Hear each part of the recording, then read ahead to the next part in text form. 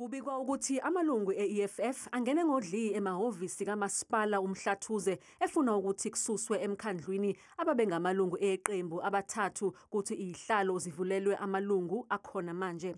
Iziphathimandla zedolobha zithi lesi senzo asamkelekile. It was very unfortunate, very concerning to us and really unacceptable what happened yesterday. And we really feel bad to the fact that some of our staff members were affected because of this incident. Kulimale izisebenzi zikaMasipala ezimbili ngesikhathi kunombhikisho. We did have one of our security guys who was actually affected, assaulted, and one of our employees who actually had to be taken to the clinic and subsequently to the hospital, and I think she was actually released at night. But it was not very good. Amacala avulelwe amalungu e-EFF ahlanganisa ukucekelwa phansi kwempahla, ukubamba umbhikisho ongekho emthethweni nokuhlukumeza izisebenzi.